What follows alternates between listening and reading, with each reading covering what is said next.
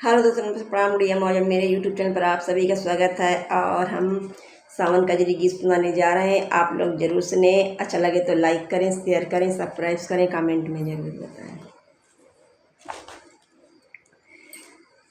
तोहर देहिया आई माटी के मकान बा, काहे पे गुमान बाना। तोहर देहिया ये माटी के मकान बा, काहे पे गुमान बाना।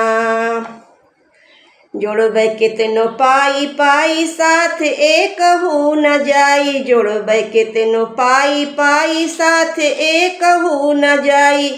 तो है जाए बरे बांस के मकान बा, काहे पे गुमान बाना। तो है जाए बरे बांस के मकान बा, काहे पे गुमान बाना। तोहर देहिया आई माटी के मकान बा, काहे पे गुमान बाना। तोहर देहिया ई माटी के मकान बा, काहे पे गुमान बाना। घर में कहे बार बार करो सबसे तुम प्यार। घर में कहे बार बार करो सबसे तुम प्यार। जीव दुनिया एक हु समान बा, काहे पे गुमान बाना। जीव दुनिया एक हु समान बा, काहे पे गुमान बाना। तोहर देहिया आई माटी के समान बा, काहे पे गुमान बाना। तोहर देहिया आई माटी के समान बा, काहे पे गुमान बाना। नाही बड़ा हूँ मैं छोट, नाही बाकी हूँ मैं खोट। नाही बड़ा हूँ मैं छोट, नाही बाकी हूँ मैं खोट।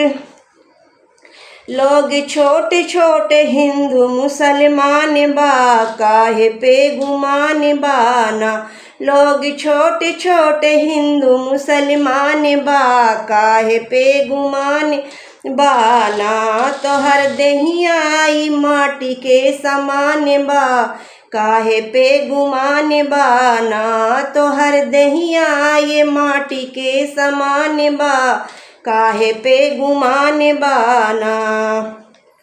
मान दुनिया में पौ बगाले सबका जब लगौबा। मान दुनिया में पौ बगाले सबका जब लगौबा।